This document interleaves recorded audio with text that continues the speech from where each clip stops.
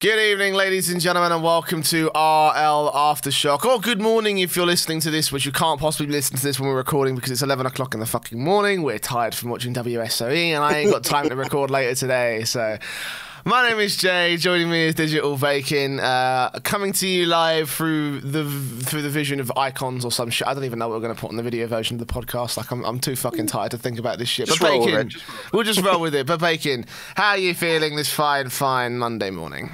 Very tired. We were just talking about this. I may have done an all-nighter playing FIFA, so I'm very tired as well. It all started off because I couldn't watch WSOE live, so I had to watch it late. I was watching the G2 versus NRG match, and all the tweets started coming through about Flipside winning. I was like, well, that's spoiled for me, but you still go on and watch because it was a decent night of Rocket League. So yeah, yeah, it was a pretty decent night of Rocket League. Like as you say, I mean, I often, I mean, that's probably a given for us because obviously we're saying this, Rocket League is fantastic esport and everything. But we're going to talk more about that in depth in our final feature of the day. Obviously, all that breaking down the results of WSOE, EU's performance in WSOE, and the Ember Series as well, which also concluded this far gone week. A really fun tournament of its own right. Actually, I really enjoyed the past month working on that one, but for now we're just going to talk about all the regular shit and hopefully get this done in an hour and a half because I need to go cast some CSGO after this, so there you go.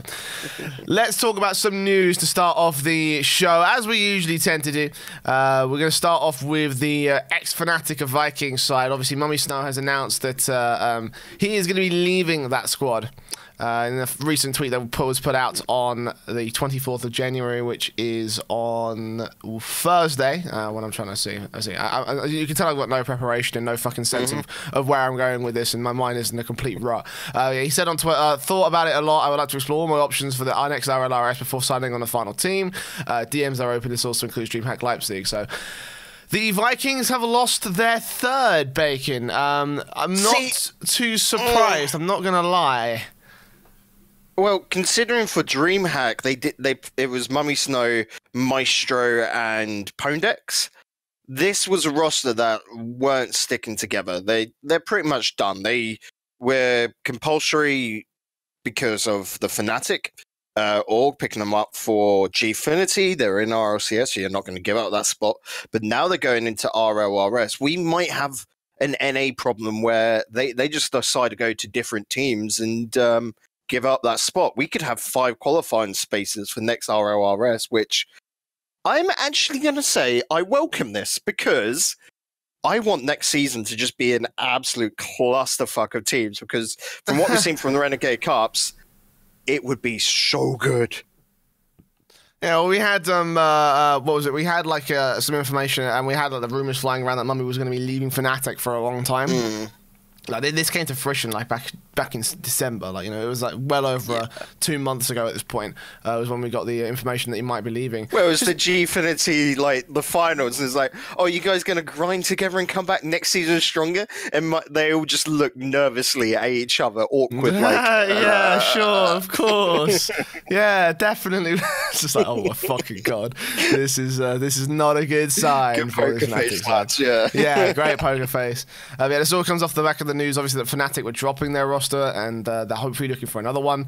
Still no updates on that story, but of course we'll keep it all updated as we go through the rest of the weeks of 2019 here on RLAfterShock. So make sure you stay tuned to the podcast via YouTube and the audio versions on Spotify, Google Podcasts and others, and hopefully a live version that may or may not, or probably will not actually end up on Twitch throughout the course of February. But yeah, keep Is that because you just got to work out how Twitch No, Premier seriously, no. It's not even that. Because we're not affiliated and when we're nowhere near close to being affiliated because we stream once a week. There is no level of opportunity for us to get an affiliate status. So there's no way we can actually get the premieres going. Otherwise, I'd be happy just to sit up at midnight and just record with you guys and just be yeah, let's just throw out the video version. But for now, audio is the best you're gonna get. So fuck off. So our second story of the day is Servette Geneva. They've been out of the international space for a long time, but they've announced that they're picking up a brand new international roster consisted of Coco, Rizex, and Kiva. And Stocky, I believe, is also going to be the sub for that roster. This is basically, to be honest, they're picking up the sub. Yeah. To be honest, it's Stocky, Coco, and Rizex. Kiva's the sub moving over from Lorsane. Yeah, so this is basically picking up, to be honest, the roster that sort of did okay in the Renegade Monthlies and in the Renegade Cup. I don't think they've placed in the top 12, but you know, this is a roster that a lot of people was looking at. Right, okay, this could actually do some decent damage. So, what do we think about this roster? This particular, just to start things off, what do you think of how this pickup will go for Servette Geneva? So, to be honest, we're always a side which I expected great things from because these players are all nuts and they never lived up to it during the Renegade Cups. Having a weekly tournament like TCS and the other esports, there's an esports Switzerland one going on as well. That should just basically get them on the grind. You know, against teams of caliber like Lausanne, that this should be good for them just to keep practicing it out. Kiva's purely in there because they've got to meet the quota for both those leagues where two of the players have to be Swiss. So expect Stocky and Kiva to be playing a lot together. Just by the caliber of players, it's a good pickup. I just don't know how it's going to work because Kiva near enough getting thrown in there. I just feel like he's wanting to leave Lausanne and get picked up by another team and play each week. And this is a relatively high-named team. Like, this potentially could be the new strongest team in TCS and all of that. So, well, I mean, we'll just have to see how it goes. Well, if I might interject about TCS as a whole, I don't think they're in the next season, if I recall correctly. I don't think they played in the promotion playoffs. This is to be honest side because obviously Kiva was in Lausanne at the time, and Servette already were supporting a Swiss team. They had what was it, Zafer, Sack, and Flav. Keep playing. up. Sorry. You've forgotten all the discussions from the last TCS where the future's going in that, and I'm pretty sure we'll see them there. Don't worry. Yeah, but I don't think the spot still... Does the spot still apply if they like completely revamp their roster? It will. So Servette are going to have a completely new look roster for next season. Okay. Pretty much, yeah. All right, then. Well, then the future is a bit bleak for Zafer and Flav and Sack, obviously. They've already announced that they're going other ways, and what the fuck? Why does this news elude me? What the shit? I was going to put this in the show. You would have done your work and research, Jay. Oh, Zafer's looking to go with international stuff. Flav is technically their new manager, a bit like how Arkan is. So he's on their sheet. So when it comes around to these international tournaments, Flav will be on there as another sub, like Kiva, in case they need him, but more he's just a manager for the team. Remember, we were having a discussion with him at the last LAN back in December, and he was there like, yeah, I'm looking to sort of like step away from Rocket League. He's like 28, 29 years old, Flav, so he's just looking to sort of like take it more easy, but he still wants to be part of it. And Sack, he was just brought in for the season because they had to replace, it was Skyline, remember? And he was a great pickup, but they need a whole full new team, essentially. Okay, then. All right. Fair play. I mean, I guess I'm not fucking in tune at the moment. I mean, to be fair, I'm not really in tune anyway because it's too early in the morning, but whatever. Anyway. Yeah, that's what I blame on, yeah. Yeah, I'm just going to blame it on the morning. Like, usually I'd be in tune, usually I'd have everything down fucking pat, but just not today. So, there you go. Servette Geneva, maybe back on the international circuit. We might be seeing them in the RLCS, or the RLRS qualifiers, so make sure you keep an eye on those when those come out. Speaking of which, there was some leaks from Smash GG this past gone week of potential dates for the EU qualifiers, the NA qualifiers, and the RLCS as a whole. It was very quickly shut down by the time it went up on Reddit, but someone was quick enough to get some screenshots so you can see that there are like official rule sets and everything, and frequently asked questions and contacts, and the admins seem to line up with being, you know, Corey, Shia LaShice, and everything like that. So I mean, from all things, it looks pretty legit, but I wanted to get your thoughts on this because obviously there were people that came into this like, okay, there's no way this can be real. This probably could be fake, you know. Like I can see a way where you could sort of see that coming. But along with the dates of how things are looking in terms of how they set up the qualifiers and the sort of how they line up with the calendar of Rocket League, this isn't too far gone. Actually, this could possibly be the actual qualifiers. It could be. For me, looking at that, these were a little bit later than I was expecting in March. I would be thinking the first week of March. That's not a problem at all, to be honest. To be honest, the only thing, wow. The only thing is, the thing that makes it look official is the email, the Twitter, and the tournament admins bit. But those are all freely, available, literally from the website. And that you can grab, say, Science Corey's Shice emails and just put them on here, because you don't have to get the confirmation that you're don't have to click a button to say, yes, I'm an admin. No, you're just an admin because you've been given permission. So I don't see why anyone go out of their way to set something like this up. That's pretty much it. If you're really that sad to put all the hours in, it looked very much copy-paste from last season as well. So if you're really going to put all that effort in, lad, you need to get a girlfriend or boyfriend or whatever, and maybe put a bit of time into something else. But well, I mean, the thing about it is that obviously, like, taking a look at the admin pages, like, they've got like Twitches and Twitters linked between the admin contacts. So like Shice has his Twitch, Eric has his Twitter. So I mean, they're all linked as the tournament admins. So I mean, well, that's just because it's their accounts. So they wouldn't have put in their Twitches. It's just literally their email is connected to the Smash GG account. That's what I was saying. Like, it's pretty easy. Just put it on. All right. I mean, as you say, like, what's the fucking purpose of faking this? Yeah. So like, I think someone probably from Silence maybe have dropped the ball and put that up by accident. I think. But does that pretty much confirm the dates for the next RLCS and the RLRS qualifiers, or do we think there's probably going to be a bit more of a change coming forward? Because again, like I said, I think this is relatively believable. My only thing, which I would say is not believable, is that the qualifiers to Europe is Sunday the 3rd, Sunday the 10th, Sunday the 17th, and Sunday the 24th, with the finals being on the 31st. They generally don't do, like, I can't see why they do Sunday after each other with the open qualifiers. They'd like to put, like, a couple of midweek ones in case people can't do the weekends. They generally do it over a much smaller span of time. This is what I was saying. Like, I'd expect it to all be done within the first 2 weeks of March, with like the first ones being played out on, say, Tuesday, Saturday, Sunday, and then another midweek one, with the finals being that then following weekend, like the play-ins on the 12th and 13th, 12th being NA, 13th being EU. Okay. Oh yeah, I can sort of see that coming. I mean, yeah, we only have the 2 dates for the final qualifier and the play-in, so that sort of lines up with what you were saying. No, it's further down in the picture, but is it? Yep. Oh, March 3rd, March 10th. Okay, sorry, I'm being a fucking idiot. Like, again, I didn't go over all this. I just woke up. Okay, give me some rest. All right. Well, I mean, it kind of lines up with around about that same sort of time period. So, like, imagine like March being the February will probably see an announcement for RLCS, and March will be when we actually get into the qualifiers themselves. I mean, I don't know the specific dates will be about, right? Maybe they're work in progress, maybe they're legit, maybe they're not. I don't know.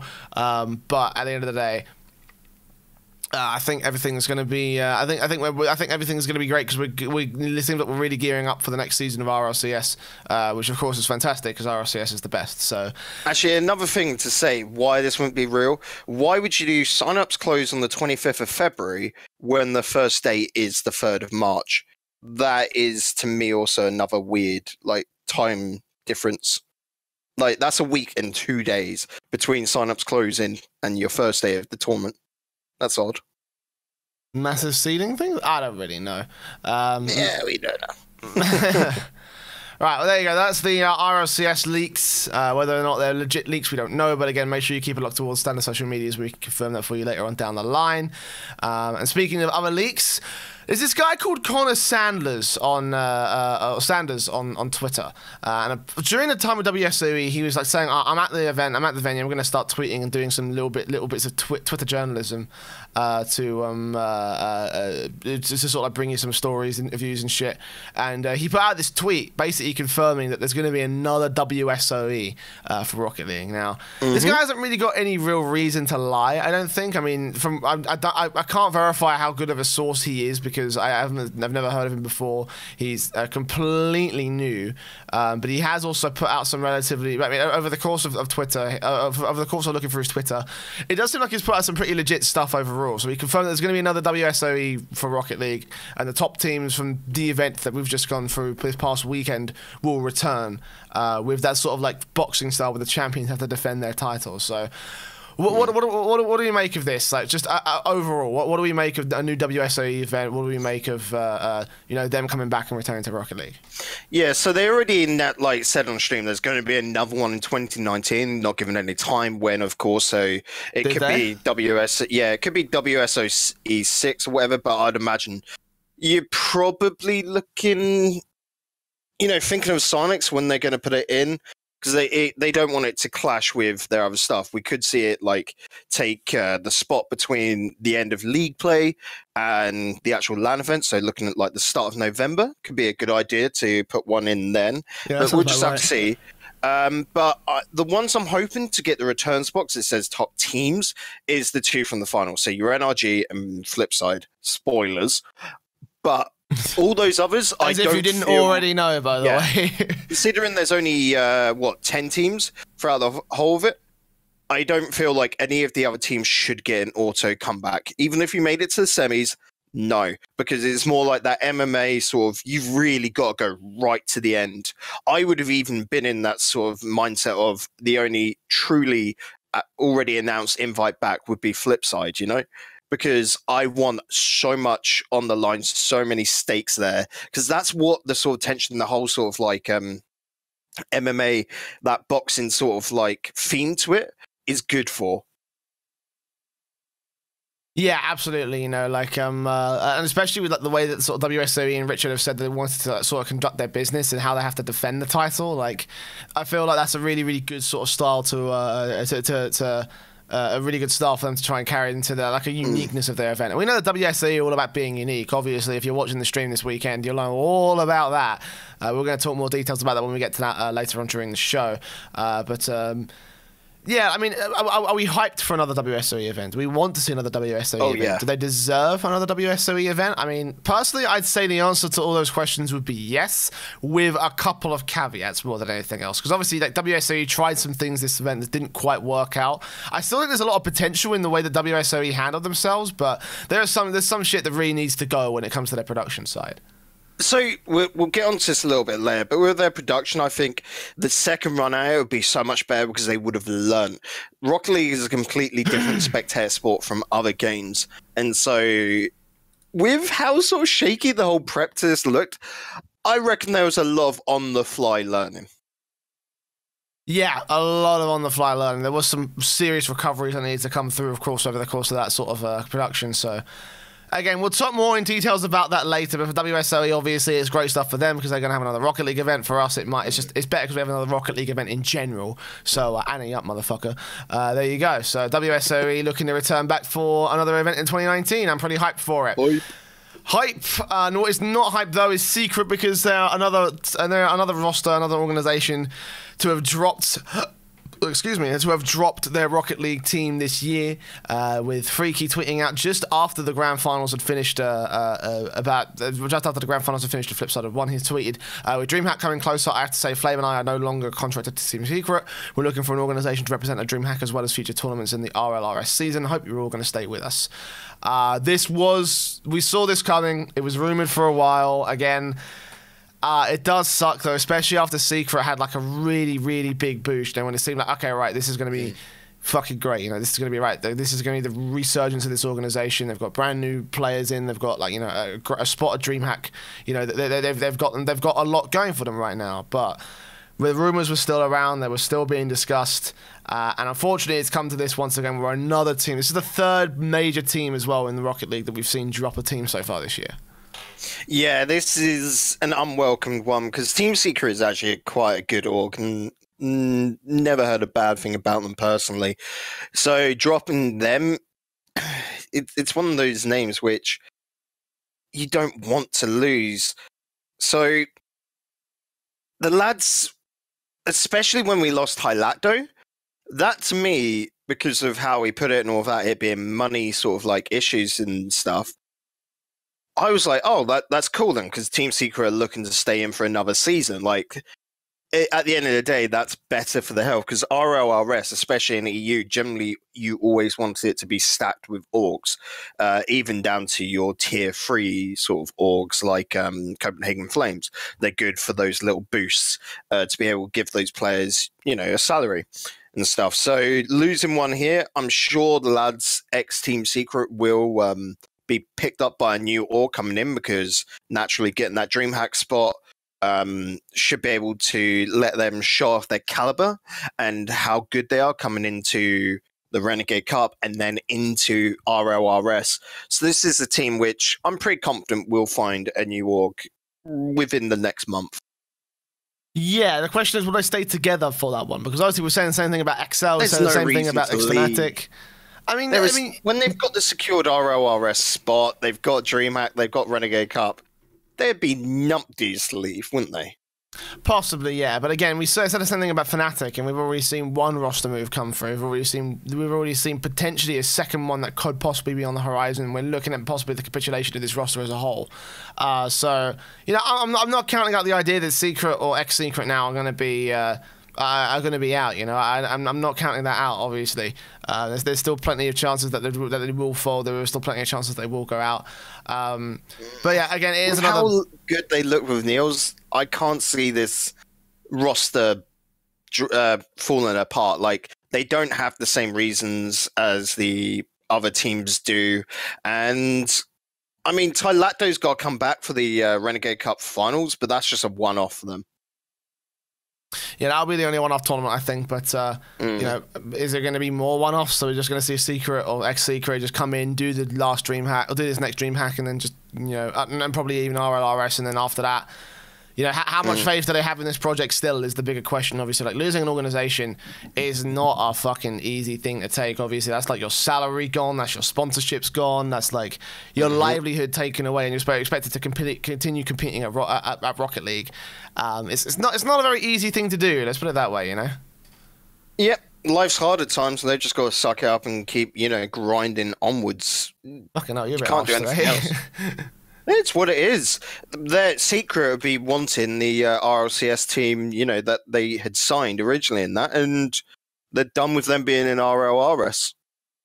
We wouldn't be in a situation here where Secret would be leaving if last season they had made it up. Just be quite frank about it. Yeah, but then again, you also got the caveat. You also got the caveat of how fucking how they basically had the flawless season up until 2 games, and then that's what lost them with the RLCS promotion playoff spot. So. Yeah, I'm not sure whether Secret considered that when they dropped this roster. I mean, obviously we would, because we're like, we're Rocket League aficionados. You just want to be called an aficionado. Well, I mean, we fucking are, right? We spend week in, week out talking about this game. So I don't know what we're not. Are we not a fucking League aficionado? Are we not enthusiastic about the game? I hope that's not the case, because that would be uber suckish and that completely take away all credibility of us from our job. Yeah, no, I mean. Again, it is just another little bit of a bad blow to the current line of the squad. It was one that just completely sucker punched me. I wasn't expecting Secret to drop out just yet. Well, unfortunately they have, and that's going to round up our news for this week here at RLAfterShock. So we'll be back with more next week when we do see some more news stories come through. And hopefully we'll have some more mailbags as well. Of course, if you want to go ahead and send us a mailbag, then you can go through the Discord channel. Links are in the show notes of this show, or the description of the video version if you're watching on YouTube.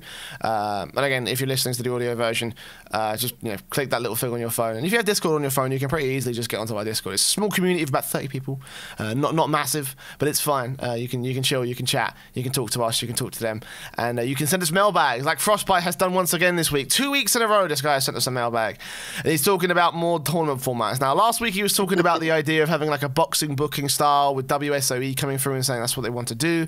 But now he's talking about a World Cup event. I think we may have answered a question similar to this, but he says, would you like to see a World Cup event such as WESG in Rocket League? For those of you who don't know what WESG is, it's a $5.5 million tournament, not just for one game. It's spread amongst the likes of Dota 2 and Hearthstone and Vainglory and Counter-Strike. and possibly even more games. Like, you know, it used to be just Dota 2, CS:GO, Hearthstone, and StarCraft 2 last year. This year they also added Vainglory, and there was another one to the list. I can't remember what it was, but bottom line is that it's $5.5 million spread across all those games, and there's potential that Rocket League could be involved as well because they're getting rid of some of the violent games. Like, you know, CS is out next year, I think. Dota may or may not be out depending on how they perceive it. StarCraft may or may not be out depending on how they perceive it. But what do we think? Would we want a WESG event in Rocket League? So it's more just the case of the addition of Rocket League to WESG because it's already going on.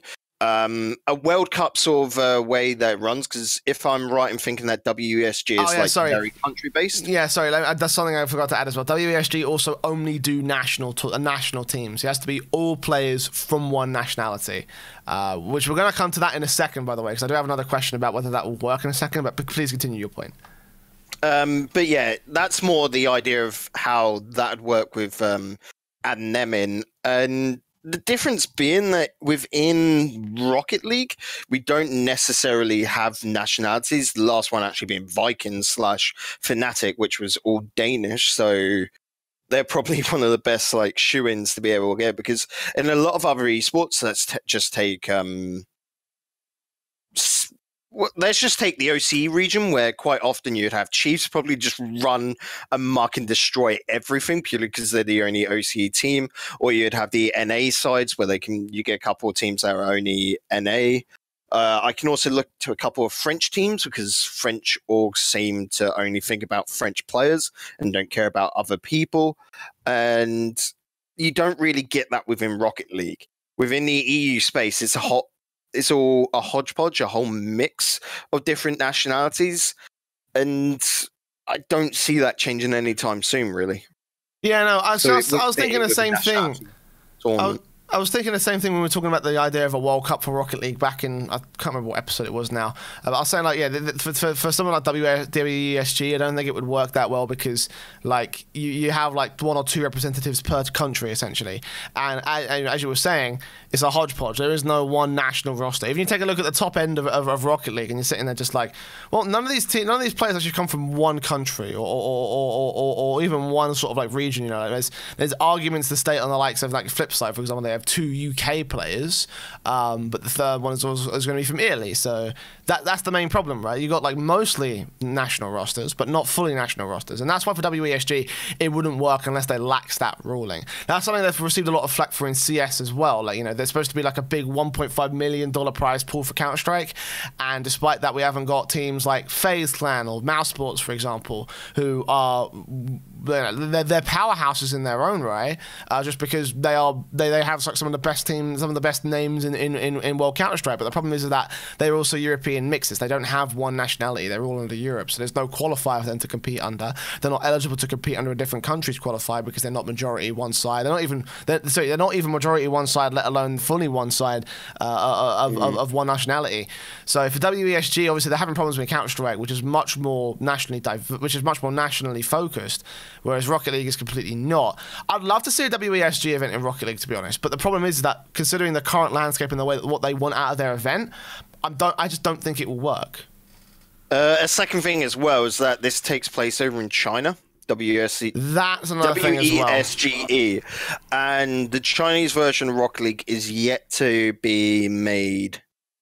I want to say public. I feel like this is coming down the line where the Chinese client will work with the rest of the world client. Like I'm expecting Rocket League to go free to play later in next year. You know, like it's not any time realistically soon, but it lends itself with the whole cosmetic system that has to rebirth itself. Like it definitely feels like Psyonix are leaving that option until they really see purchase rates go down. Like Rocket League was one of the most it was in like the top 10 games on Switch last year.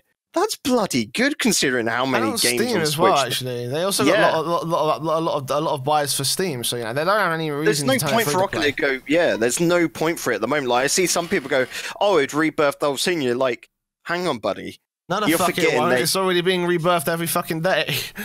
Yeah, you're one of the, let's just say, top 5% of people that play Rocket League. You're the hardcore lot. You have no fucking idea about the other 95%. Little Timmy that's just got his Nintendo Switch or his PS4 and sees that car football game and thinks it's fun. That is the main market for Rocket League. We're just the hardcore aficionados that, you know, don't is think that about going to become our market. fucking? Is that going to become our fucking title, aficionado? Aficionados. Like when we get back to the actual like webcam streams, we just suddenly put like a moustache and a monocle top hat because we're now classy aficionados. In it, Oh, no, I can't do much. that anymore. I shaved my moustache off, so that's going to be yeah, a disappointment. Fucking shave too soon apparently. But getting back on topic. It wouldn't work with Rocket League at the moment. No. Is my general gist. Yeah, Down some the line, serious, yes, but not now. Yeah, some serious changes need to be made for WESG or for Rocket League in order for both of them to be compatible. So, again, I'd love to see a WESG event in Rocket League. But I would. World Cup, we've seen it done with 12 Titans, so that's not out of it. But that's purely because that's more like a little show match series, not anything massively official. Yeah, whereas this is like a proper actual fucking tournament with like a qualifier circuit and then like several different lands that lead up to the World Championship land. Like, you know, it's a big deal. Like if you haven't seen what WESG can do, I recommend you go look it up on YouTube. I recommend you go look it up on. I'm looking for it on Wikipedia now for CS as it is. Only one team is a hodgepodge team, you know, a pickup of loads of different orgs, and that's Russia. All the other teams in CS, you're looking at like your G2, which is entirely French, the entirely American side, United States, being Singularity. You've got Ghost Gaming that have an entirely Canadian side. Like I said, Chiefs always go with Australians, and for this one, they do go with New Zealanders, but more often than not, it's just Australians. So you do get that within certain regions, but you can definitely see the limited. I'm looking at that actually for CS and 4 to be decided slots where they're inviting you. It's like, well, Astralis has got one of them because they're another completely Danish side. But again, we don't get that in Rocket League. And it's one of those things which I don't think is needed for Rocket League. I'm quite happy with the way things run at the moment. Yeah, you know, again, it's something I'd love to see, but I don't think it would work. I don't think it would add a lot during its current status. So that's going to be my sort of standpoint on WASG. But there you go. Thank you again for your mailbag. Frostbite's the only mailbag we've got this week. Again, if you want to join the Discord through the link in the show notes and the video descriptions of the YouTube version, then you can go ahead and do so. Join our community, send us a mailbag, and we'll answer it live on air. So let's move on to our feature this week. I wanted to talk about Rocket League pauses more than anything else, actually, because during the course of the WSOE event, obviously there was like some pretty big pauses. I don't know if you noticed on Game 2, but we saw Games 2 and 3 have like a bit of a pause where they would go to different matches and try and cover as much as they could on one stream. This meant that the feature match itself had to like stop for about 5 minutes or so, and they gave like a pause thing, which actually led to some pretty big points where there was some massive comeback movements. I know the first feature match went to all 5 games. There was reverse sweeping that after the pause came out. So I put out on Twitter that I'd love to see like a standardized sort of pause system in place. I didn't clarify specifically a pause system because I meant just the WSOE pause. I thought it would like to be standardized, which is kind of my own fucking fault because immediately Tadpole fired back to me on Twitter and was like, absolutely fuck this idea.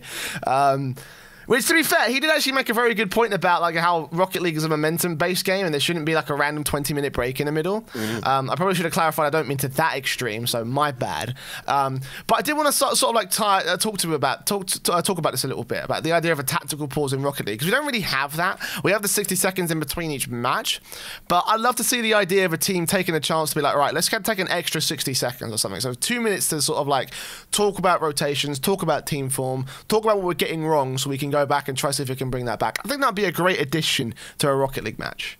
Oh yeah, I completely agree. So you'd do it so each team have a timeout.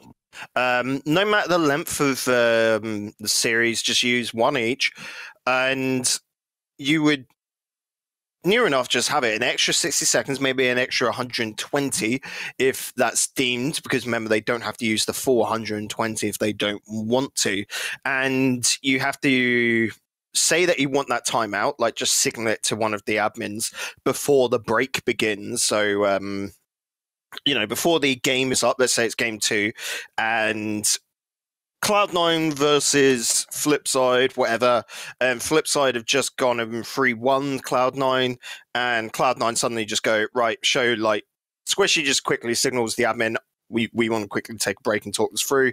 They get an extra 120 seconds, meaning they get a 3-minute break.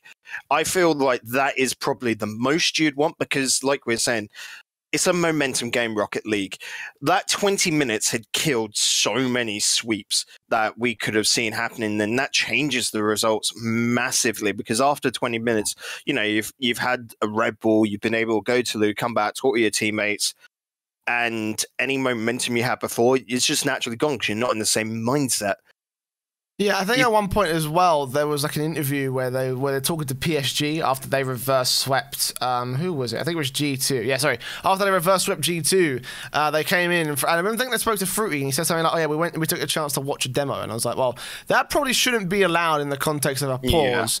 Yeah. Which we'll get to more specific details about that shit, obviously. We'll get to specifics about how WSOE handled that. So there is some sort of exploitation. Actually, good idea. What if, in the world of Rocket League, we went to 3 best of 3s as a series? And would you then pause time in between? Yeah, in between the best of 3s. So you've got a best of 3, best of 3. So that is what could be a total of 9 games, but much smaller stints, and you're not allowed to like call out a break in between that best of 3, but you could have a welcomed 5-minute break in between each of the small series to sort of like recuperate, maybe come up with a new game plan. And then I feel like that for me would be the only way you could have a longer break within Rocket League, as if like the format of how we play the game is mixed up, which means that's not coming to RLCS because they like their current format, but other orgs could quite easily pick up that idea. Well, I like the current format of its own right. I think the bracket reset is something that is like very special. Like in the case of having 2 back-to-back series for one team. I like that sort of idea. I don't know if it would work for 3 best of 3s, obviously. Like again, I feel like with that whole thing, it's like overcoming the odds, and you deserve like a bit of a pause anyway in between those 2 series for the best of 7s. For me personally, I would prefer the idea of just sort of in between games. If you're the way that I see it is like, imagine what it would be like. Imagine the tension in the air and the hype around a team was like 3-0 down in the best of 7 in the grand finals, and then like, right, let's take a pause. And you see like this fucking really hyped up in-game leader just like slamming the desk and talking about like, right, this is what we need to do. Like really emotive and on stage and talking things through and like discussing things with his teammates. It's really heated, really tense, and then they pull that off. They get themselves motivated to go all the way to a reverse sweep of their own just because they took an extra 60 seconds. Like, that's something that seems really special to me. And as well as that, it would be really cool if we took those pause opportunities to like introduce a coach or something into the mix. So it's like, well, let's get an outside perspective from someone who's watching the game and can see the problems that the players can't necessarily see because they're already tunnel vision and focusing on the matchup, which is something we've talked about before. Again, I think coaches have a very limited role in Rocket League, which I think probably could be expanded much further. I think that a pause system could be an opportunity to try and turn that and fix that sort of problem, in my opinion. Yeah, definitely. And what we're forgetting is that we're looking at this sort of like very much with the mindset of players. When you're WSOE or even RLCS, you basically say sod the players. This is for viewership. This is for the whole entertainment aspect of it. So that 20-minute break, WSOE are probably in the right mindset. Being able to go show other matches as a viewer was pretty darn awesome. You have to put it that way. Like being able to see the other games going on, they're all running back to back, was quite nice. So you don't care about that. We understand as a player it's a naff move because, like I said, the momentum swing. But really, at the end of the day, it was cool to see. And I do still quite like how that 20-minute break, purely for that factor of being able to go off and see a different, well, even 2 different matches, Well, we'll talk about that on the broadcast format side of talking about WSOE. I don't think 20 minutes is appropriate. I think that's way too extreme that's of a pause chance. Way too long, max. obviously. That's very excuse me. I would say that even that's too long. I'd say 3 minutes max in between a game. Yeah, that's like where we're really pushing the limits of how appropriate we can sort of like use a pause system. That's a LAN toilet break, literally run off to yeah, pretty much. I feel like that is pretty much it. Yeah. I mean, that's like a minimum LAN toilet break, I should say. Like, you know, there's some LAN participants who take the piss. I mean, if you ever watch Epic LAN, you'll know exactly what I'm talking about. And yes, that was a pun. Shut the fuck up. So yeah, no, again, I'd love to see it. I think it's development that probably Rocket League could use, because it's not even like it's a new thing in esports. So we use it a lot in Counter-Strike, and I think they use it a lot in Call of Duty as well, in between matches specifically. Obviously, there's like an extended break between a game for League of Legends, so they already have like a bit of a pause. So yeah, I'd like the idea of a tactical pause in a Rocket League game. I think it could be a very, very a good idea. Let's put it that way. Yeah, it's just no one's like come out with a fully fledged, this is how it works. It's all just theoretical at the moment, where Rocket League, we know it don't work until you put it into practice. Absolutely, you know, that's the point of this podcast. Like, you know, we can speculate, we can discuss, we can come up with ideas, but we'll never actually know whether any of those will work until we put it in practice. So I'd love to see a tournament organizer try and give that idea, give that a chance, give that a shot. Maybe it will be the second WSOE event of the year. We'll find out later, of course. But for now, let's gonna conclude our feature. Let's move on to our tournaments, because we are starting to run short on time. We're about halfway through the show. And we have to talk about the Ember Series and WSOE. We'll start with the Ember Series, because the final playoffs came to fruition this past Wednesday and Thursday, with the semi-finals, lower bracket, winners finals, and grand finals all playing out. And we found our champions. The final team to make it through to the Renegade Cup Monthly was ARG. What the fuck is that? I just want like a record scratch moment. What? Because everyone was looking at us going, oh, Savage, easy run. And I'm glad you brought that up, actually, because this is going to be our second point, but let's just jump to it right now.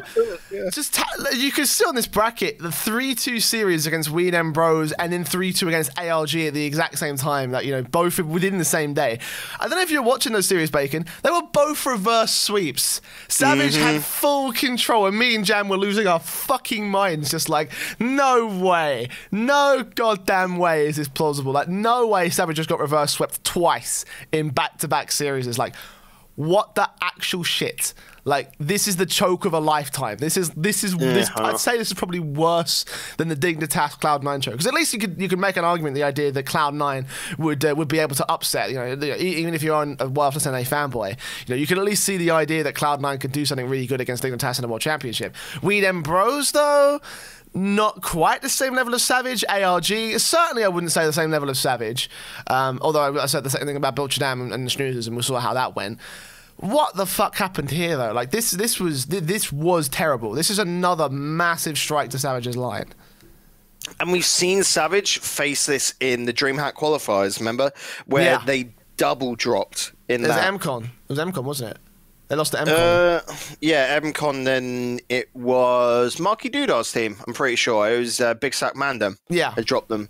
So in the lower half, I don't know what is going on over in the Savage camp, but there is problems brewing, definitely, if this is what we're seeing. I don't know what to say, really, Jay, on this one, because the first day of the Ember Series, you know, those results, pretty darn good. 3-0 sweeps, everyone's happy days. The second day, when it all rolled around, oof. I don't know what had happened, but that was not their day. And that kind of inconsistency hurts badly, especially when, like you said, they were both reverse sweeps. So that was a choke upon a choke. Like, that is the worst case scenario. I don't know what is going on for them to just suddenly and literally shit the bed. Exactly, and I've heard the argument come up, you know, that they're just being complacent because they already, or they didn't bother trying because they already won. They've already got a spot. That's the shittest excuse ever. That is the worst fucking excuse. It's like legit, like, because I could maybe buy it if they got swept or if they got like 3-1 during their series, but they didn't. They were on match point twice. They were on match point for both series. They still got reverse swept. So very clearly, they were trying to get the series under their control. They were trying to move forward in the bracket. I mean, to me, that does not spell of a team that's like trying. Like this is another massive 2 results against the Savage lineup. And considering they're set to sign with an organization soon, considering that there's that they're in the RLCS, which we already had doubts going into this season, like this does not give us much confidence with how Savage are going to do over the next few months. Like this really does not install any confidence in this squad at the moment. No, it's definitely a case of these lads need to sort it out and make sure that this doesn't happen again. They'll be through to Renegade Cup finals purely because of points. So let's just take a chill pill. Hopefully by then, because they've got a couple of weeks now, they'll be able to sort that shit out because they really need to. Yeah, absolutely. Like, abso-fucking-lutely. Like, just, yeah, no. Well, from one team that seems like they've got not a whole lot of future to a team that seems like they've got no future whatsoever. We're going to talk about Biltcham for a minute because like it feels like they're checking out of this one. It feels like they just played this tournament as a formality. It feels like they're just going to go for the points and go for the Renegade Cup and they just call it a day. Because this team does not feel like it's confident in itself anymore. I think they realise that this project has gone. It is well overdue a disevolution. I don't even know the word. But yeah, they're within breakup point at this point. I had them going out of the losers finals, honestly. That's where I thought they would end. But obviously they went out to 21, which I think was another reverse sweep if I recall correctly. Sorry, not 21. ARG scratched that, excuse me. So they actually managed to deny a reverse sweep from 21, which already didn't look very good, and obviously lost to ARG, the eventual tournament winners. So, yeah, it seems like this one's over. Unfortunately, not much you can say about that. Again, it has kind of run its course. I think the next thing to focus on is where these players go. What's the new home for these guys in professional Rocket League? So we already know Sebdam is heading on over to Nordvind. Where on earth is Cheerio going? He's been playing alongside Tylacto on Aeriality. And then just Bilbo. We were talking about this. Can you remember after the whole DreamHack stuff last week? And we were like, just get rid of, just literally, your big sack man, sack Marky, bring in Bilbo, and just be the new Savage. Just all out attack. It seems at the moment like EU teams, we credit them for being much better in the defense than NA. But if you just go full out attack at the moment, EU just seems to struggle against it. I don't know what's going on, but a full out attack team could work once again. It's what's got Savage into the RLCS. Why don't new Sack Mandem try it? Yeah, I mean, again, I'd say that probably would be the best sort of like the best move that could come out of Biltcham. Like, I think again, like I said in last week's podcast, I think that it's going to be a short-term solution. Like, it would be good enough to get into the RLRS, but after they get to promotion playoffs, they're going to have to consider a change. They're going to have to consider getting someone else in to give that defensive element, because otherwise we're going to be another Savage all over again. Where it's like, okay, you made it to the RLCS, but what can you do from here?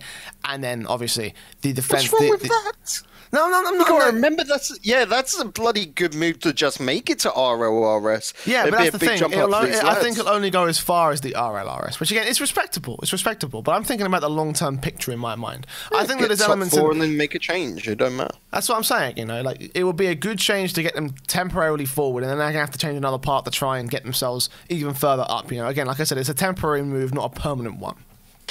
Yeah. Yep, I'll agree to that, but. It's better than these lads, which look at the moment, whichever teams they go with, they'll probably be not even qualifying for RLRS. Whereas I can see them like getting to RLRS, that's better than not, Yeah, absolutely.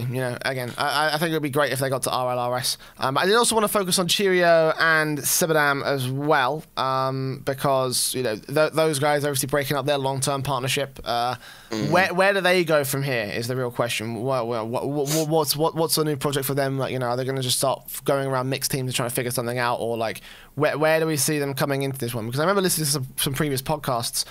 We talked about the idea of Sebadam and Cheerio probably not leaving the Elite Series. Like, is there an Elite Series team that we could see these two players go to, or like could we see them split apart? Will there be another signing? I don't know. Like, what's your speculation on this? Sebadam is easy Norvin, that's fine. Cheerio's the questionable one. Yeah, like that lad, we've been harking on him, and I feel bad about it, really. But he was the one which we were saying on Epsilon is the one that needed to change if there was anyone to change. But that was purely because we thought, for the long term of Epsilon and played to the team's strengths.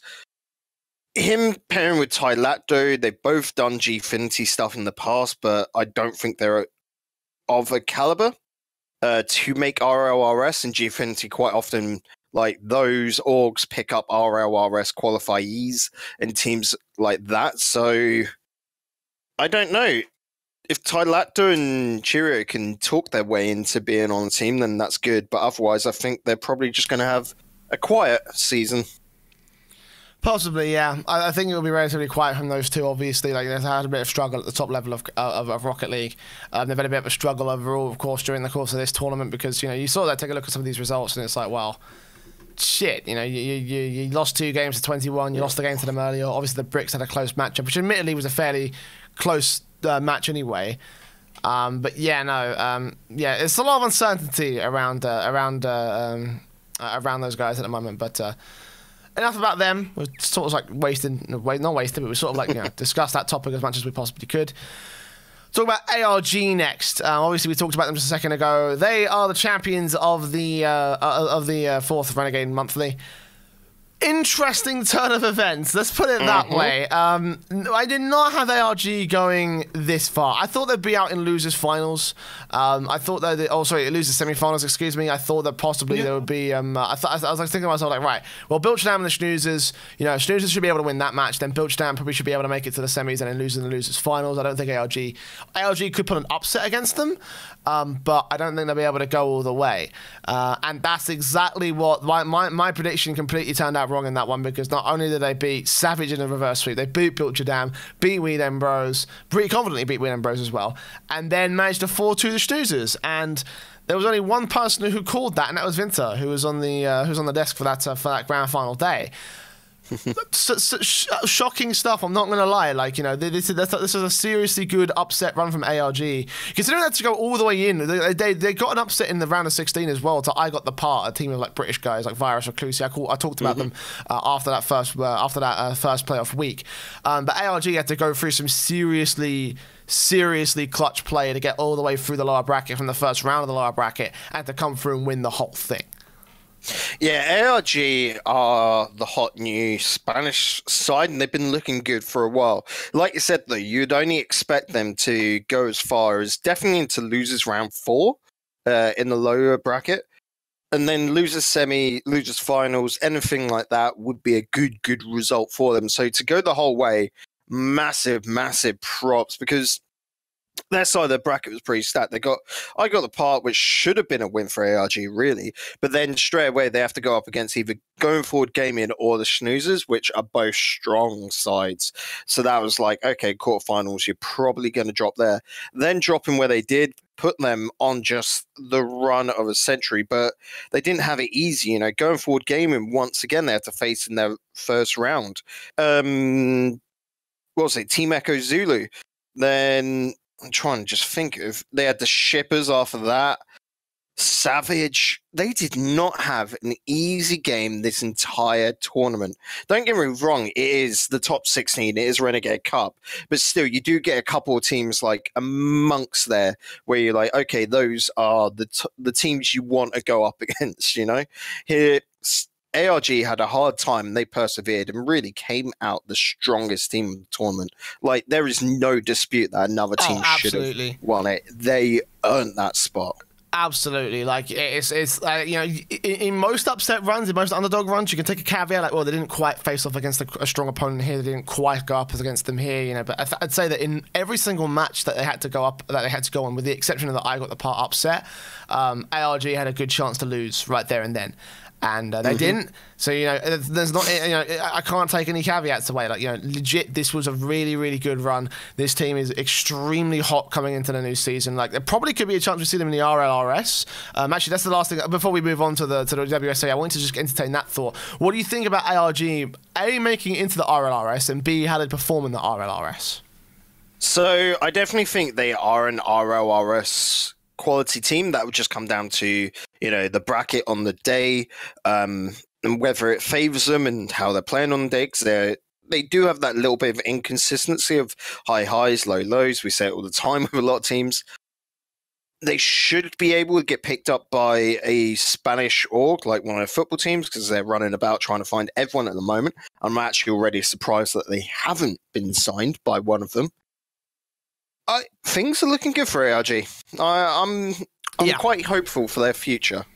Well, with LPE coming up soon, obviously there's a lot of Spanish football clubs involved in that. I would be very surprised that it didn't get signed by one of those squads, if not finding a regular endemic esports organization. Like, again, this team could do some really, really good stuff in the Rocket League space. I'm talking about above bubble area, so I'm excited to see what they do.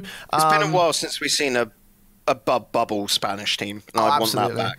But obviously, it's a very good run from them. Something also to note as well is that during the course of their tournament run, ARG was a brand new squad formed of other squads, a hodgepodge of teams that sort of competed in previous Renegade monthlies. So they don't actually have any points registered. Therefore, they had to go all the way in order to get themselves to the Renegade Cup finals. It was a storyline that we were building on. We were like, right, some of these teams, we need to see them go all the way in order to get their chance at Renegade Cup. And we didn't actually expect any of that to come to fruition, but that's exactly what the fuck happened here. I was like, oh my god, like, you couldn't script this. You couldn't script this properly. Like, this is fantastic. A great showing from ARG. Yeah, properly impressive stuff there. Right, okay, well, that's the Ember Series done and dusted. That's the final Renegade Monthly as well over with. Thank you, of course. I want to spend my personal shout-outs to, of course, the guys at Copenhagen Flames for having me on to cast all of it. Like, it was hard work. It wasn't particularly, strenuous work, but it was hard work, and it was fucking great, however. All the banter chatting with the guys, and we had, a little, prediction game going on, which I missed. I was 1 point behind Jar of Jam for taking that fucking T-shirt. I'm just so, so pissed. He gets a Copenhagen Flames T-shirt with Prophet of Jam written on the back because he predicted it. I was like, oh my god, what it's 1 point, one result. If I predicted the scoreline correctly, I would have been fucking in there, but no, of course I didn't. Well, Copenhagen Flames do another tournament, and hopefully Jay will be able to revive the prediction game. Maybe Fuzz might get some points this time. Hey, he's gonna kill me when he hears this. Right. Let's move away from grassroots and talk about the main tournament, the big motherfucker, as I always like to call it every week on the podcast. WSOE for the Rocket League Showdown. Now, this tournament is going to go down in history, I think. It's going to be known for a couple of different things. It's going to be known for, obviously, a couple of things like, the SAM inclusion, for example. There's also going to be known for experimentation and things that went down across the production. So before we get into the results, before we get into the talking about the teams and everything, I want you just to start off with a couple of general points, a couple of bits of feedback. I'll start with you for a start here, Bacon, because I've already got a couple of my criticisms down, but I want to know about what you thought of WSOE and the event itself, how it was run, how it was presented, how it was broadcast. I actually quite liked it. Like I said, they did probably a bit too much of on the fly learning, but there was very little input from Psyonix on this event, which we've discussed before is a good thing in our eyes, because Psyonix needs to stop being so hands-on. They're being quite hands-on with the community stuff, which is fine because it's community stuff, but when it comes around to this level, I want to see ESL near enough be able to do what they want. I want to see MLG step in. I want to see WSOE come up with these events, and basically they do their own thing, which is less work for Psyonix to be able to put in, and that's good stuff. So I'm quite happy with how everything turned out. I like these new ideas that they're putting in. The inclusion of South America was a nice little tester. Don't get me wrong, not handled the best, considering they had to have a pickup team, two of the players being from Lotus, and then the third player being from Noisy, I think it was, or something like that. So not the best, but that's how visas work, and hopefully they'll be able to get that sorted out in the future well ahead of the time. Same for RLCS when they add South America, because that needs to be sorted. You can't be having problems like that and then teams turning up to LAN absolutely with a sub, just purely because of a visa. That is bad. If there's one thing from the operational side I didn't enjoy, was the fact that there was just a hodgepodge, a fucking mixed team of of Spanish players, sorry, South American players, because like I think they probably could have done a little bit of work. You know, they held their own. They weren't amazing. They didn't do, you know, didn't pull any upset results. I know they only won one game, but it was against G2. You know, that wasn't terrible. Yeah, when you saw them play, you were like, actually, this ain't too bad, considering they're going up against the best in the world. Like, yeah, the quality of play was certainly up there. You know. Yeah, you'd be looking at low-end RLCS, maybe the borderline region with RLRS. So that's not bad, considering this is their first time going up on the international scale. I'm pleasantly surprised and can't wait to see a bit more from South America in, you know, times to come. Well, we'll see how that progresses over the course of time. Obviously, you know, again, Sam is one of the main talking points. For me, though, there are some other ones, however, about WSOE, because you said you enjoyed the event. I'd say I did too, but I also think that there's also a lot of potential that was not capitalized on. Like, I appreciate the fact that they tried something new, they tried to do something different, but there was also the production side of things looked like it reeked of just not prepared at all. It wasn't the worst production in the world. Like, certainly at the beginning it looked promising. I was like, okay, I'm liking this style, I'm liking the way that they're going about things. You know, I thought the little introduction bit with like Richard Lewis doing jujitsu and shit was a bit cheesy, rather than edgy. Oh, but I love the cheese. I'm not really a big fan of cheese. I love the little like the break dancer, the Elvis guy pointing to the showdown poster, and it's got the team in it or whatever. I love that shit. I welcome that wholeheartedly. It just adds a little bit of like flavor to it. It just adds personality. So I'm happy with all of that. I loved the little 30 minutes beforehand where it was like a little introduction, like on the fly improv. Like, hey, this is what's going on. This is what the studio looks like. I loved all that shit. And then it was literally as the tournament started, you know, after the 30 minutes of intros, when it got into it, and then suddenly we started seeing the show breakdown. Yeah. That was when you're like, oh no. No. No, actually, you know, I kind of enjoyed the Bruce Buffer thing. It was the whole Richard doing jujitsu thing that I was like, wow, that's the cheesy part of it, like, you know, but.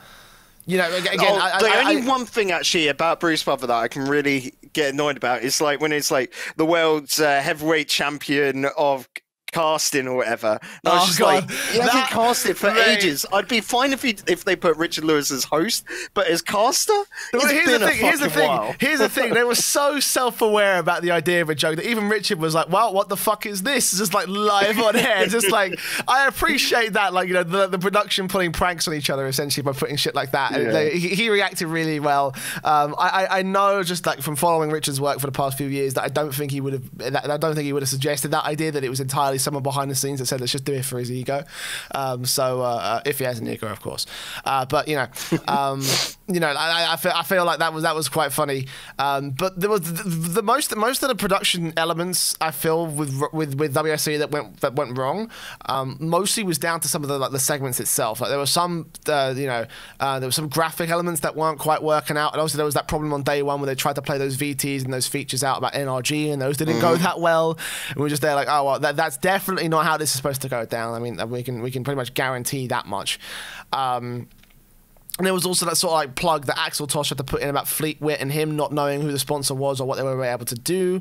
During the semi-finals as well, the desk cutting between the casters and the desk, trying to figure out like who was going to do analysis was not planned out properly. It seemed very indecisive about how they were going to approach to that.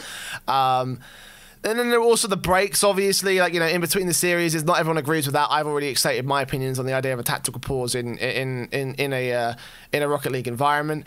And then obviously the fact that there was like so many, it was like 5 minutes of content and then there'd be a break, and 5 minutes of content and then there'd be a break. I think that's more a problem with American TV more than anything else. Yeah, I don't have a problem with that. Yeah, no, I don't have a problem with that. Like, you know, like I'm not usually like paying full on attention during like a desk segment, for example. So, you know, like if they go to a break, like in the middle of the desk and come back to the desk, that's fine. Usually I'm watching another match that I missed or something like that. You know, like that's just the way that I approach my viewership of esports.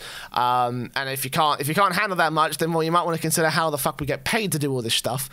So, you know, sponsors rule the world. If you don't like that, then what the fuck are you doing in esports?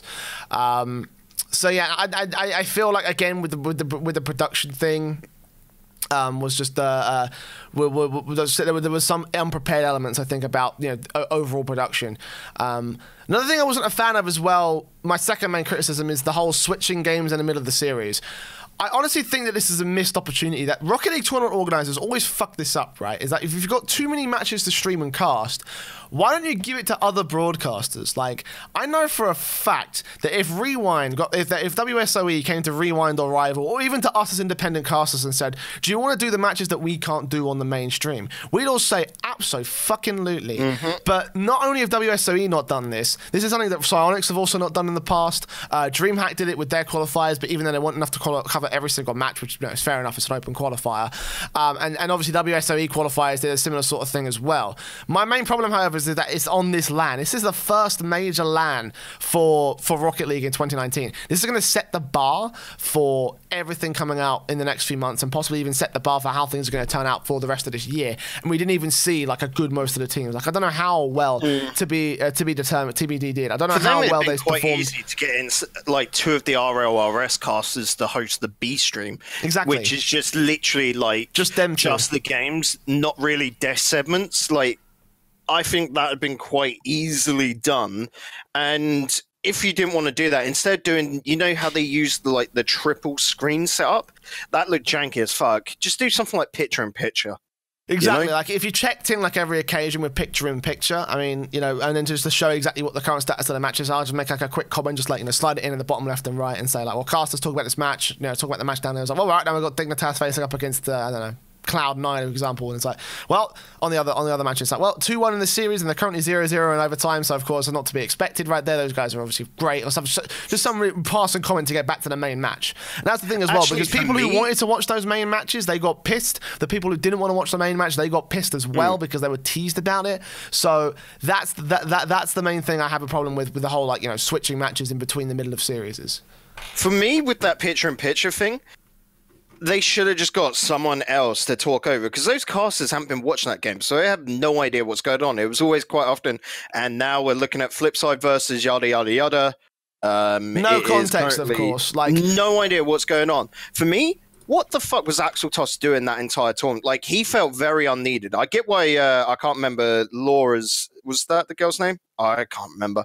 Why she was there? She's part. You mean what's it? Lauren, that's it.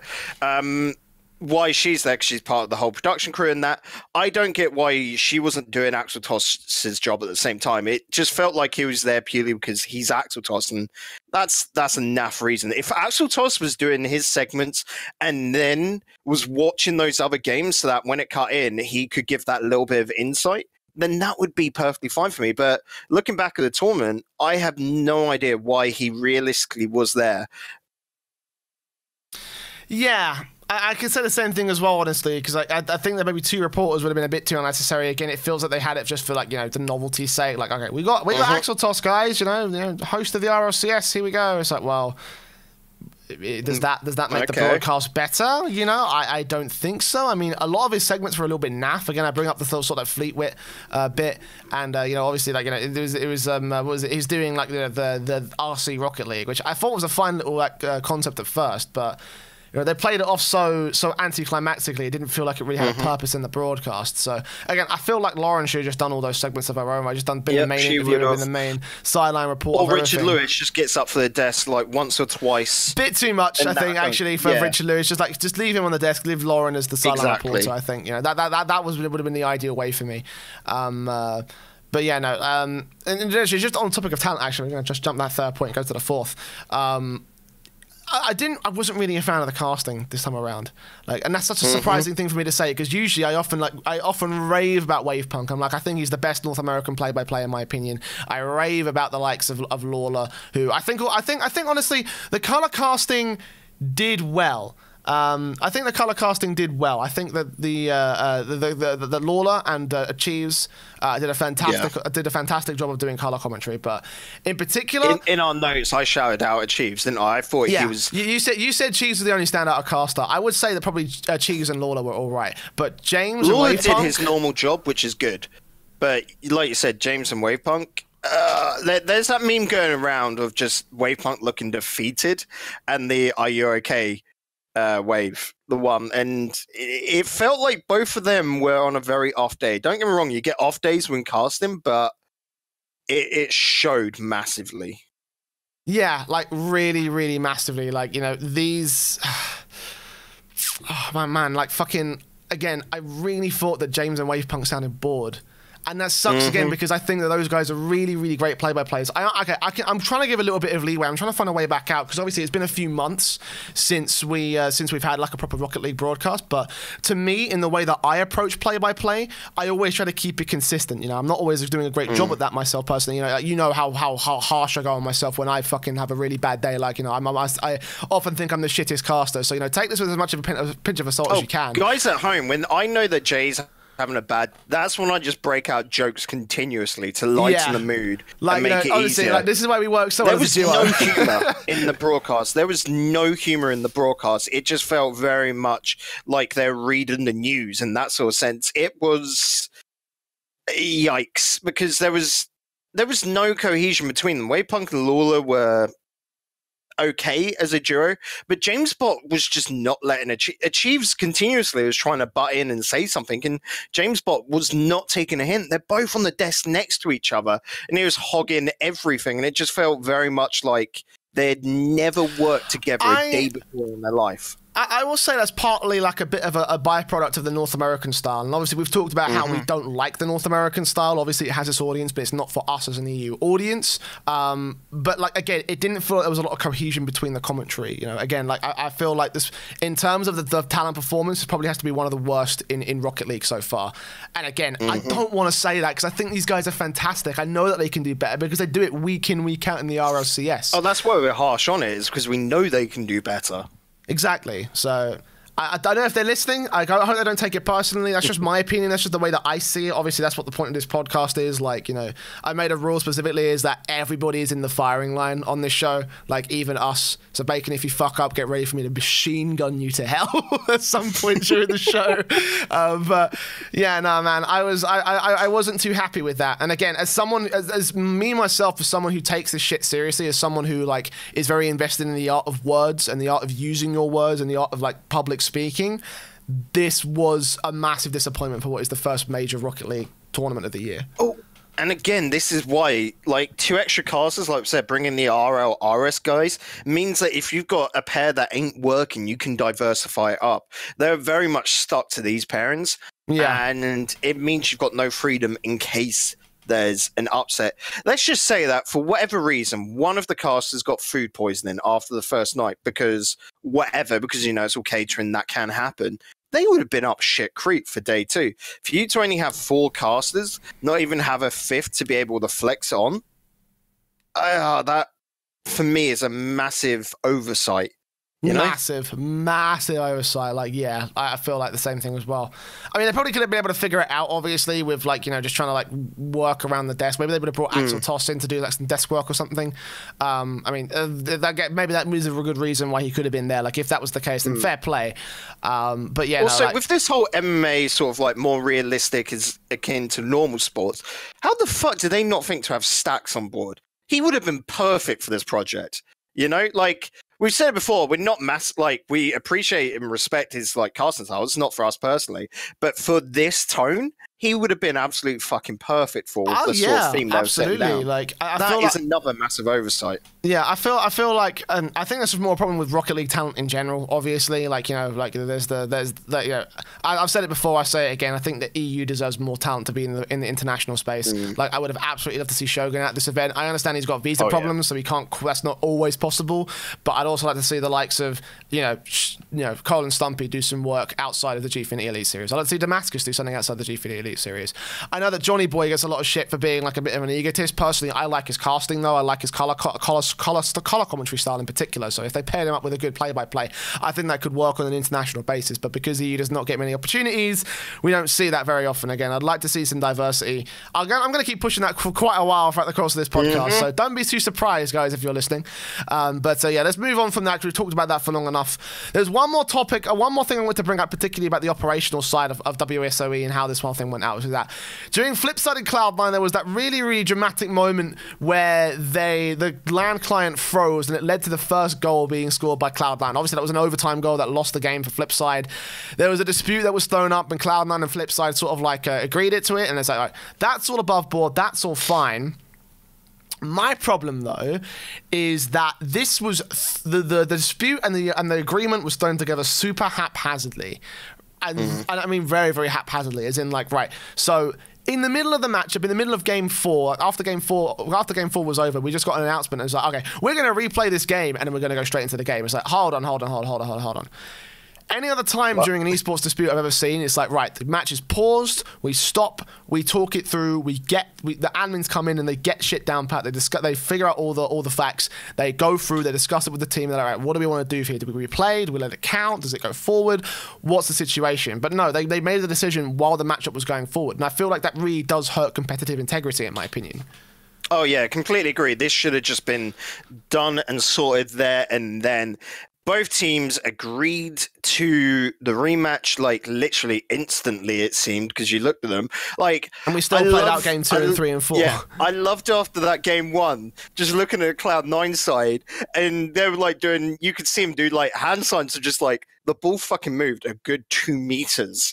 And it was like really quite funny to just see Cloud9 there. And Flipside on the opposite end just being so fucking niffed off. I remember seeing the cams and I was just like, there was a serious look on Speed's face of just, what the actual fuck? You know, like, yeah, like, again, like, they should have been handled a little bit better, in my opinion. It wasn't the worst handling in the world. Like, again, they did sort of like come forward and it was the right call, at least, because it should have been replayed, but it's just like, absolutely, we're nitpicking. Like, it is a bit of a nitpick because, like, again, I feel like it does hurt the tournament to a pretty decent extent because, like, again, if this was my tournament, then the whole thing would have stopped. We would have stopped there and then. We would have figured it out and we would have found out how to approach it from that factor. If we had gone through, like, you know, still discussing it and then maybe Flipside had won, then maybe we'd be still looking at a 4-1 before they made the decision. You know, that's an entirely possible thing. And it's like the record books, they don't do that justice, obviously. Like, you know, they don't give the context justice. So you have to stop everything. You have to, like, in my opinion, you have to stop every little thing. You have to just focus on it there and then rather than letting the match go on. And again,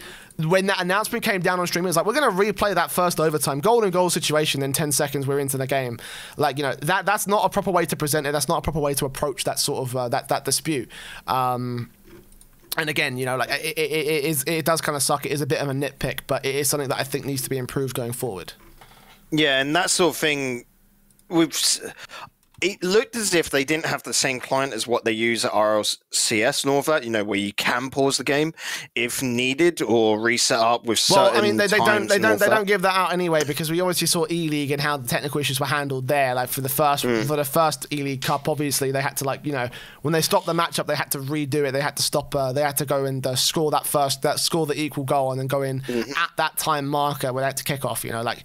Very clearly, you know, again, it's something we've pushed for in the past as well, is the idea of Sonics giving out their esports tools to esports organizers. Like, holy shit, that would be so convenient when shit hits the fan. Like, you know, again, this probably should have been in place for WSOE. So a little bit of blame for Sonics, what I'm saying.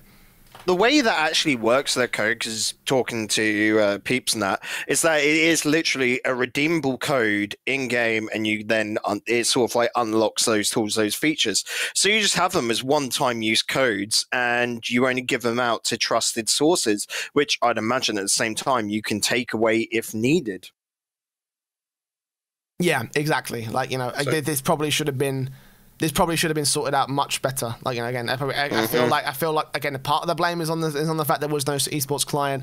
Part of the blame was also on WSOE for not handling it properly, in my opinion. But you know, that's most of our operational stuff. Again, most of it is a little bit, you know, okay, this is redeemable. You know, like, you know, casting can be improved. You know, the admin dispute is obviously like one issue at the whole tournament, and the whole format and the way they tried to handle sort of like the production elements. Obviously, those can be improved for next time, and they were doing some improvement on the fly. So credit to WSOE for managing to make it better as the tournament went on.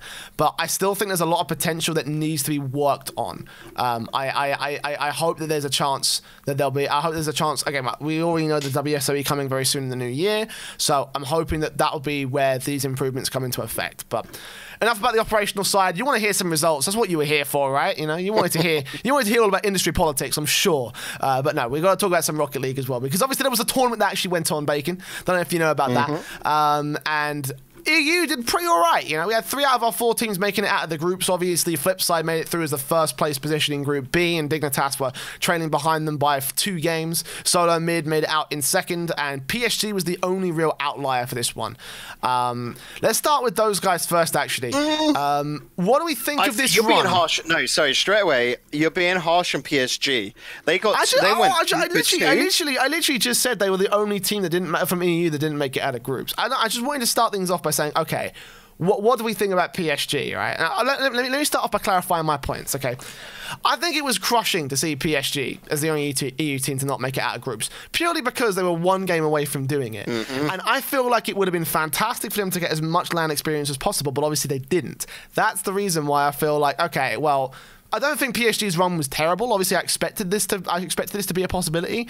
I just wanted to see them go further because I know that they can. I want to see them do well at LAN, and I want to see them do. Obviously, they can dominate the online circuit if they wanted to, but it's that LAN play is their main issue right now.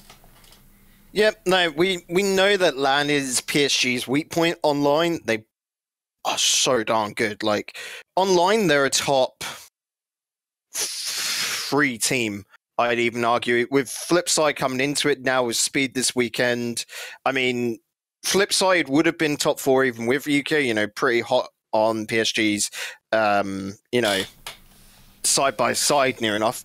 With Speed, we'll have to see how that goes going forward. But it was literally a case, 1 more game, won, and Exactly. PSG would have taken the spot away from G2 because they beat G2. It's purely because they had lost to NRG 3-0 within this, and I'm trying to think where else they got. The game against G2 was a 3-2, so if they had won that 3-1, they had been through on that basis. Trying to think where else they could have got a game off TSM. But you got to look at that group, and both sides had really stacked groups. It's quite natural. NRG, Team Solar Mid and G2 are good teams. On the opposite side, the ones to go through, Flipside, Dignitas, Cloud9 are good. You're looking at the teams that didn't make it through to the playoff sort of stages, PSG, to be decided, Afterthought and Chiefs. You'd have thought they'd be the ones out beforehand. So everything really did go as expected. The only one is like where they went through. Like you would be expecting from Group A, Team Solo Mid to get that like straight into the semi-finals bit. In Group B, you'd probably be thinking Cloud9. That's not how it went out for both sides, but the teams to go through were the expected ones nonetheless. Yeah, I would say so too. You know, the group's probably the most predictable elements, most predictable sort of like side of things. I did hope Solo Mid would do a bit better. I thought they'd go 3-1, all things considered, but they did have a couple of problems. And actually, they were one of the 2 teams that made it out in that only made it up to the round of 6 in the quarterfinals, and they lost to Cloud9. So let's go on to them next. They were my favourites for this tournament, but they seemed a little bit quiet. In particular, iGnite was quite quiet, honestly. You know, and it's curious as well, because this is the same thing that happened at the World Championships back in Season 5. We were there, we were like, okay, iGnite, we hype him up, but then the pressure, I'm not sure if it's the pressure that gets to him, or whether we just like, it's just not, whether we woke up on the wrong side of the bed or something, but like, whenever he goes quiet, it's like a massive, massive crutch that TSM are standing on, and then it's just like taken out from underneath them while they're leaning on it, basically. And that's exactly what happened to TSM in this playoff bracket. 1-4, got a single game before being eliminated, and yeah, they struggled. They really did struggle throughout the course of that series against Cloud9. Yeah, with iGnite going quiet, they lost a lot of striking power. His defense was relatively good, but it was just the case of the attack wasn't there. And so that's where you see it 4-1 to Cloud9 over TSM when this was, you know, the rematch, essentially. Yikes. I was not expecting it to be this sort of one-sided. I mean, it's a hard one to sort of say, but yeah, TSM, we were expecting more out of this LAN. Maybe they were complacent and just overconfident coming into it, but their day one wasn't anything spectacular as well. They were 2-2, losing to NRG, and G2. I wouldn't have. NRG is fair enough because it's 3-2, but 3-1 loss against G2? Nah, that shouldn't have been happening.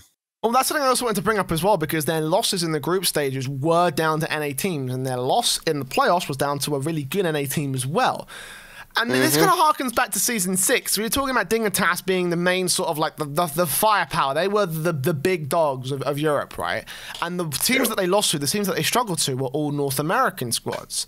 And we sort of talked about it back then. We were like, right, it's all because it's flashy, aggressive play from North America, which is what manages to get them over the edge and what manages to give them their main point of style, you know? So is this going to become a bit of a problem for EU going forward? Because this was a problem that Dignitas also seemed to face as well during their sort of run. Yeah, I think it's going to be one where they're going to look to counter it now. Because it's starting to become very established that NA's over-aggression is hurting the defense of EU. This will be sorted out by next RLCS LAN, but for now, it is looking like NA are stepping it up, and they're stepping up something rotten compared to the EU sides. EU seems to be on a little bit of a slump at the moment, which is weird to say, you know? And yeah, it's weird to say because we also got an EU champion. So, yeah, maybe we might just have a case where it's like we've got one EU team that's the best in the world and everyone else is just like, you know, below the rest of it NA as a whole. But we'll talk about that more in specifics when we get to flip side, because I did want to focus a bit more on Dignitas. Obviously, they had Yukio move in lately. You know, and initially there was a lot of promise from Dig, especially on the first day. You know, it felt like they were working well as a unit. It felt like Yukio's attacking force was a great offensive upgrade, but because of the new addition to this roster and the fact that they had to play out of their normal comfort zone, Dignitas looked extremely slow by comparison to what we see. You know, usually it's very methodical out of them, but when they attack, they go all out, like completely vicious, gun for the throat.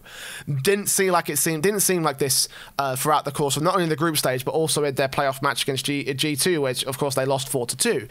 So I have more skepticism about this move, you know, even more so. Again, I think it kind of proves what I was trying to talk about with in regards to how I thought Yukio was going to fit. I don't think that he's going to be, you know, I don't think the problem. Sorry, let me rephrase that. I don't think his problem is that I don't think the problem is with Yukio as a player. I think it's the formation of the team, because right now, obviously they got to work on chemistry to start things off, because it didn't seem like the passing plays were there for Dignitas. And number two, I think that you don't need more offensive power on that side. I think Yukio is a great offensive player. Again, it was an offensive upgrade that gave them some really wild and wicked goals, but I don't think he fits within the context of this roster still. I'd say we'll talk about it again after DreamHack. Yeah, this is definitely something we have to revisit after Leipzig. Like, you know, the jury's still out on this roster for me. This is their first tournament together, so yeah. And it's a LAN nonetheless. There's a lot of like pressure behind him. Like, for this result, I was expecting Dignitas to not make it any. I wasn't expecting Dignitas to get to the finals. I thought we'd be looking at, you know, Cloud9 TSM finals before the season starts. That was my prediction as well. Written out. Yeah, so them going out there to G2, and G2 looked good this weekend. You have to think about that as well. NRG looked incredibly good. Cloud9 looked good until their game against Flipside. So I love that all the teams sort of looked at their best. It was just very odd how all things worked out. It was like everyone was countering each other and no one could do anything. That was the only problem. So they all looked good, but they're all playing these mind games and strategies, which is a unique and new side to Rocket League. Yeah, I'm actually quite excited to see how everyone's going to try and play out, you know, a new meta for 2019. Because I've said it obviously when the start of the podcast. You know, when we're going back from some of the early episodes, I've been saying for ages, it's like, look, I think there's a tactical element to Rocket League. It's not quite as tactical as something like Counter-Strike or League of Legends, but I think there is still a little bit of mind games, a little bit of style that you can play around team plays that goes around a defensive or like tries to outposition a defensive or outplay a defensive, rather than just like pure mechanical skill, flashy flip resets, and striking power of hitting the ball as hard as you can to the point where it goes through your fucking opponents, essentially. You know, I think that because each of these teams seem like they are anti-stratting each other now, I think we're going to be seeing a new sort of like style of Rocket League moving into 2019. So to continue on your point there, I'm going to start bringing up Flipside because that's our next talking point. Yeah. And I'm coming to, I think it's the second point on there, the third one, which you have a little bit of criticism for their early game, thinking that their early game is pretty weak. I completely disagree. If you look at how Flipside were playing throughout the entirety of playoffs, especially, they sack their first game and even their second game purely to find out what their opponents are wanting to do. You look throughout the whole of that first game against Cloud9, which unfortunately they did initially lose and then come back to take because of the whole admin dilemma, you know. But they let Cloud9 play into them, and they looked so comfy on defense. They weren't even bothered about attacking. They were just waiting for one good counter. And it's all because they were there seeing how Cloud9 would come up with new strategies. It was the cleverest and smartest play I have ever seen in Rocket League, purely because they were figuring out their opponent, calculating everything, which you got to think this is a team that is newly formed. They were doing everything on the fly, and they were pulling out strategies on the fly. They knew coming into this they could not have set plays because they didn't have time to prepare them. So instead they were adapting to their opponents. Fucking hell, Flipside. I said last week they were my team to watch purely for how they're going to react to everything, and they had done fantastic. They had come up with their own strategies into today, and that strategy was to base themselves on their opponents. I am gobsmacked with their performance and just how it works so well. I can see where you're coming from with that. Like, you know, again, I do feel like a part of it was strategical element and trying to outread your opponents for the rest of the series. And certainly they did seem to work out for them because they, you know, their early few games in the series were, you know, a little bit shaky, a little bit trying to figure things out. I say shaky. I say the Cloud9 game is my outlier. I think it was my I think the Cloud9 game was the only real series we didn't see that come as far forward as we thought it would be. But for Flipside, you know, I noticed a lot of the times they were making some like small frustrating mistakes over their series. You know, like things like, you know, Speed. They did bump into each other quite often. Speed bumping into his teammates, which, you know, again could be a bit of a chemistry issue. You know, again it didn't happen often. There were only a couple of double commits across the board from Flipside. Yeah, which admittedly, like, it's great team chemistry off the start of things, but they were still double commits that leave some very wide open gaps for their opponents.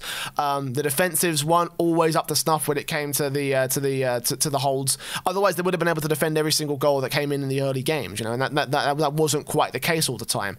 I think that it's a bit of a half and half situation. I think that their early game was weak partly because of they were trying to anti-strat, but I also feel like there was an element of, okay, well, we're not 100% confident going into this one, so they are making some mistakes. We aren't always, you know, we aren't quite into our form. We aren't quite into our groove just yet. But when they did get going, when they did start off really well, Speed especially, by the way, they were looking really, really good. And on topic of Speed, by the way, I have to just say, he is my tournament MVP by a country mile. My God, this guy, right? Now, last week I was skepticism. I was very skeptical about it because I was like, I think he's a downgrade compared to Yukio.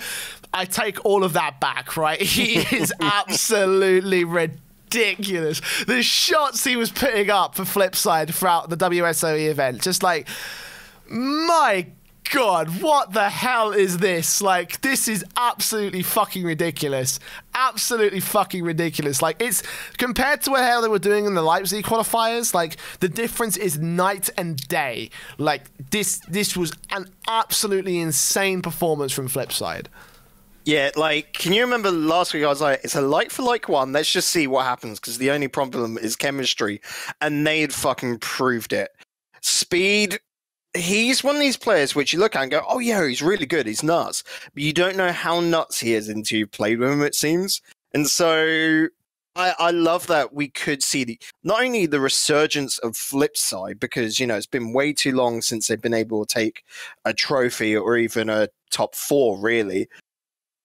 But the fact that now they look to be one of the best teams in the world once again. Oh boy, it's so good. And Cook's here being back, you know. He's back, baby! DreamHack Summer. DreamHack Summer was his last title as well, so it's like, you know, this is like 2017 area, so we're going back. Marky Doodah with him as well. Yeah, appreciate that. That's how long ago. We're gone back far to try and see if we can find a good title for him. So the fact that we're here now, the fact that we've got this championship for him, it's like, it's a serious feels good, man. Serious feels good, man. So congratulations, obviously, to those guys. Obviously, making me eat my own words. I think possibly this one could be the next new dominating force. You know, like we had Dignitas doing ridiculous stuff over the course of 2018. I think there are a small few things to work on, in my opinion, for Flipside. I still think their early game could be worked on in terms of just improving those small mistakes. But I think this probably could be a really, really big force in World Rocket League. I agree, but the problem is we're at Rocket League now where there are so many teams that can take it on the day, which is exciting and good. But let's use TSM as the example. You know, coming off E-League, everyone's like, oh my God.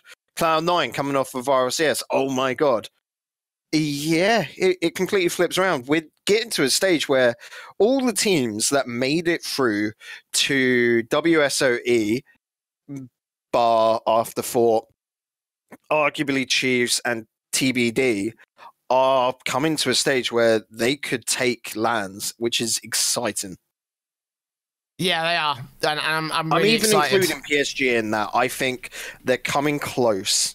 Well, actually, just to focus back on PSG, because something we didn't touch upon really is I still think their land jitters are a problem.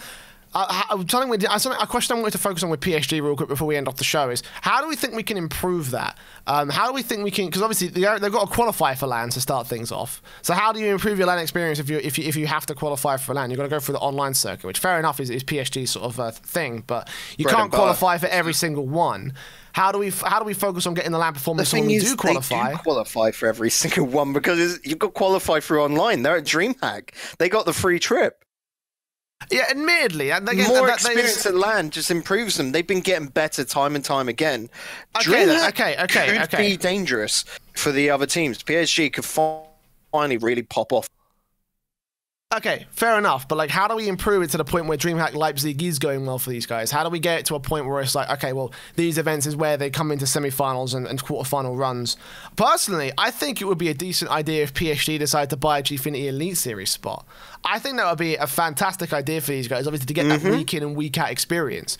I don't know how likely it is that they will, obviously, because, you know, I don't know what the inner workings of PSG are like. I don't know what their interest is in the Gfinity Elite Series, but, like, Fruity, I know you listen to this podcast, like, poke your manager or something, just say, like, right, we want to be in the Gfinity Elite Series. I seriously think that could be a massive We want to be in Gfinity Elite. There's FIFA as well. You're PSG. Exactly. Come on. And then Street Fighter, you can sack that. It don't really matter because pull a uni lad. Don't give a shit about it.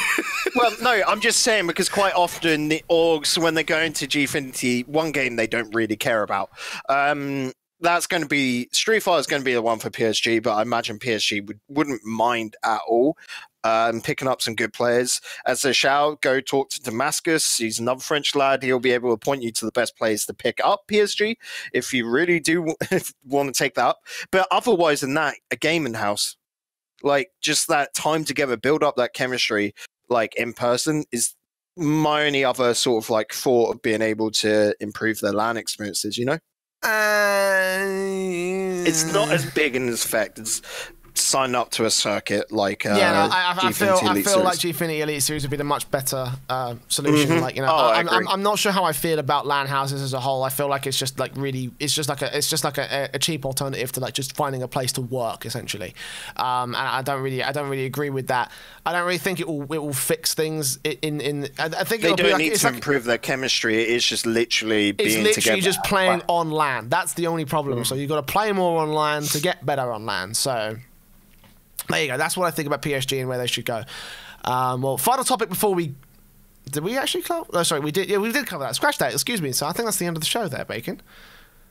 I think we're over. A sudden end of show? Oh, snap. Unless there's anything else you want to bring up, like, feel free to let me know. I'll be happy to include it. We've still got a few minutes left. I mean, after this, it's pretty much just going to be looking... Well, we've run over the hour and a half, buddy. But it is just going to be DreamHack coming up this weekend. Like I said, I'm expecting PSG to actually pop off because I think it's due. You know, we've been seeing them gradually get better, being one game behind in their group here. That's promising to me. So they're going to be my one to watch at DreamHack. Purely for that sort of growth and how far they can go into it. Flipside are going to be putting up another great performance, I reckon. The Secret lads will be interesting to see how they play. And of course, Dignitas, more time with Yuko. How are they going to play at DreamHack?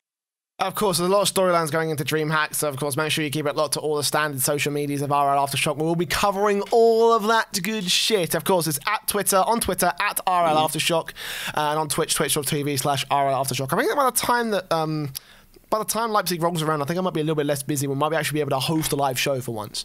I'm thinking there as well. Like, I kind of want to sit down and watch DreamHack with you in the Aftershock Discord if you're free. Because it depends entirely on how this tournament goes. Because like I said, Counter-Strike taking up 95% of my time at the moment. Although interesting enough, actually, I say that, and actually, my understanding is that there's another duo pairing of casters who are supposed to be casting it as well, and they say they're doing the majority of it, and I was like, hold on, I also heard that I'm doing the majority of it, so I got to figure out the specifics of what's going on there. So I don't think I'll update that on this show, but regardless, we'll talk more about the Rocket League stuff later on down the line. Again, it's at RL Aftershock on Twitter, twitch.tv/RL Aftershock to keep it locked for now. Keep your eye especially on the Twitter, because we have got some juicy content that we're working on behind the scenes right now regarding some certain pro players. I keep teasing it every week, and we're making slow progress on it.